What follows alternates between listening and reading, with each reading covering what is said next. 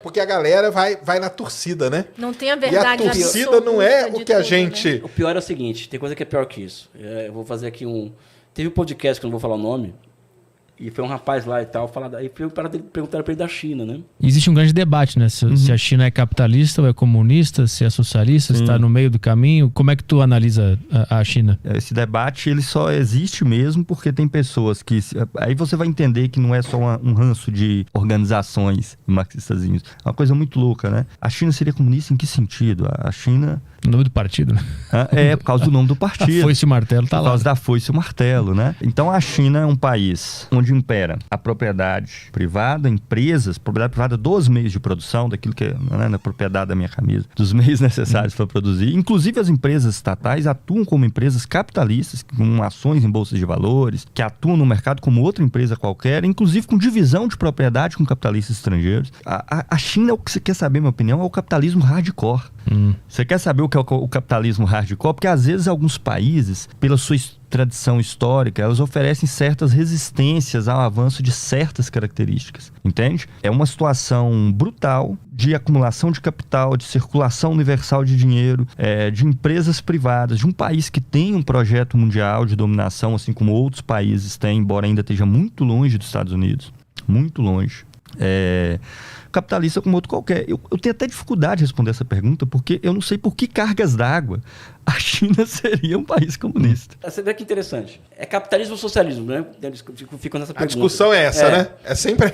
E quando as pessoas perguntam para mim isso, eu falo o seguinte: pessoal, essa pergunta não é do campo do marxismo. Por quê? Porque capitalismo ou socialismo, você trabalha na filosofia com a noção, com o princípio da identidade kantiana. A não pode ser B, B não pode ser A.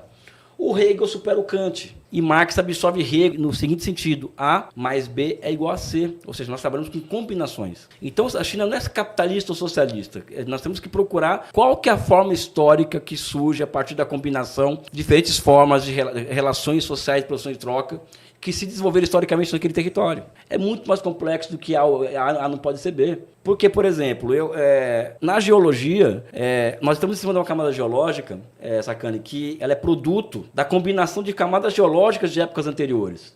E a sociedade é a mesma coisa. Exato. Ou seja, a China ela é o quê? Ela é uma formação econômico-social de orientação socialista, onde modos de produção de épocas históricas anteriores estão se combinando ali. E a partir dessa combinação surge uma terceira forma. E é isso que eu tenho que buscar no meu estudo. Mas não, o cara pega lá o Marx no capítulo, versículo do século XIX, segundo Marx, não sei o quê, não pode ser porque tem A, tem B, tem... Isso não é ciência, pessoal. Por exemplo, eu ouvi, acho que até aqui, no seu podcast, Petri, o Jabur, né? É o Elias? Uhum. Elias Jabur. Ele falava assim: a expressão capitalismo de Estado é um disparate, porque todo capitalismo tem Estado, isso é uma tautologia, né? Uma expressão. Eu falava, concordo plenamente com você. Então, a China é um país capitalista, ok? Eu falava, não é um país capitalista porque tem muita empresa estatal. Mas se você está admitindo que todo capitalismo tem Estado, que o capitalismo necessita do Estado, por que tem empresa estatal? É ser comunista. Uhum. Né? E ela tem muita empresa estatal porque ela herdou isso daquele processo, mas o que acontece na China é um processo de maior apropriação privada das empresas estatais e do Estado apenas com uma fração do capital que está lá dentro, e o próprio dinheiro do Estado atua como capital.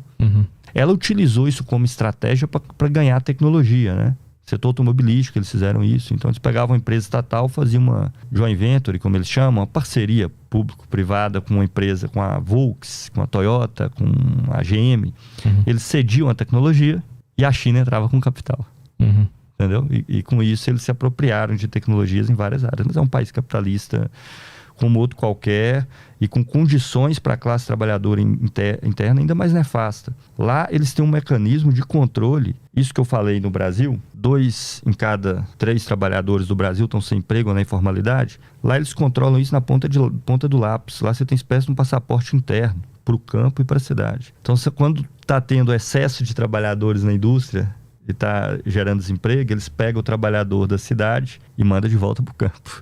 Quando precisa de mais trabalhador na cidade, eles pegam do campo e autorizam a entrar direto para a cidade. Eles peçam um passaporte interno. Assim. Você não pode sair da zona rural onde você mora se não for com autorização do governo. Sim, e com isso eles controlam a mão de obra. Porque muito exército industrial de reserva pode gerar rebelião, insatisfação. E é uma situação tão louca que os trabalhadores moram nas empresas, que o salário pode ser mais barato. Então, durante a pandemia agora, que eles colocaram política de restrição, mostrou isso. Você tem galpões nas empresas que acomoda, tipo assim, 10 mil trabalhadores, 15 mil trabalhadores.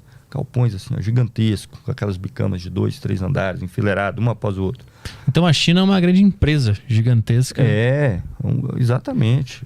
Inclusive, eles têm ganhado algumas vantagens competitivas por ser um capitalismo hardcore, bárbaro, brutal, com exploração brutal. Isso tem dado a eles algumas vantagens competitivas, porque no capitalismo, quem arranca mais o couro, se dá melhor. Sim. Entende? Porque a concorrência impõe isso. Né? O capitalista pode ser um carinha bem intencionado, vamos supor assim, mas ele não vai poder ser.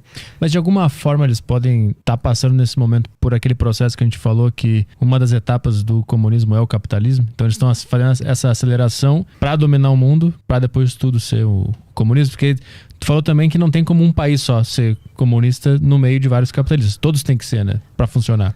Essa história de que a primeira etapa do comunismo ao capitalismo é uma loucura completa. Né? Mas de acordo com a conversa visão. de doido. Conversa de maluco. Eu sempre ouvi esse argumento. Essa conversa de maluco, né, cara? Vai naquela coisa do Marx, do versículo, sabe, aquela coisa, segundo o Marx, não pode ser. O Marx nunca disse nada a respeito disso, muito pelo contrário. O Marx, o que ele coloca sobre o socialismo é que, olha, vai ter uma combinação de formas históricas aí, com a lei do valor ainda vai existir no socialismo.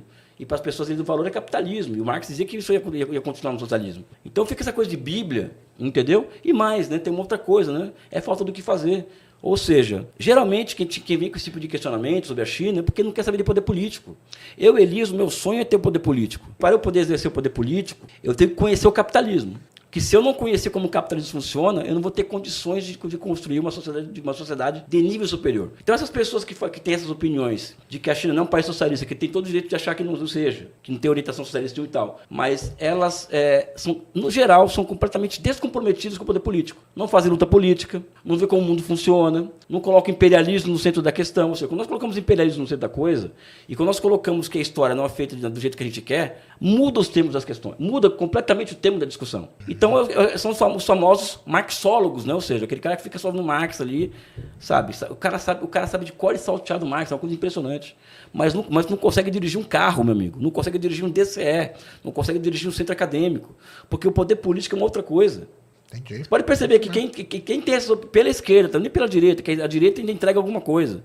Tá? Pela esquerda, que tem essas opiniões superficiais sobre a China é um capitalismo de Estado. Geralmente são pessoas que têm compromisso nenhum com o poder político. E o problema de muitas dessas pessoas é a realidade, entendeu? Porque a realidade, muitas vezes, não espelha o que está na cabeça delas. Elas trabalham com a noção de que a ideia vem antes da matéria, não o contrário. Então, acho que o socialismo... Mas a realidade está aí, né? Não, o socialismo é uma pantera cor-de-rosa. É o reino da testemunho de Jeová na cabeça daquelas pessoas. Quando você vê a coisa em movimento e a coisa é feia, é bonita, não pode ser socialismo. Porque o socialismo é o céu. E isso é com gente com doutorado que pensa desse jeito, amigo. Não é... Esse diz marxista. É só um desabafo, tá, pessoal?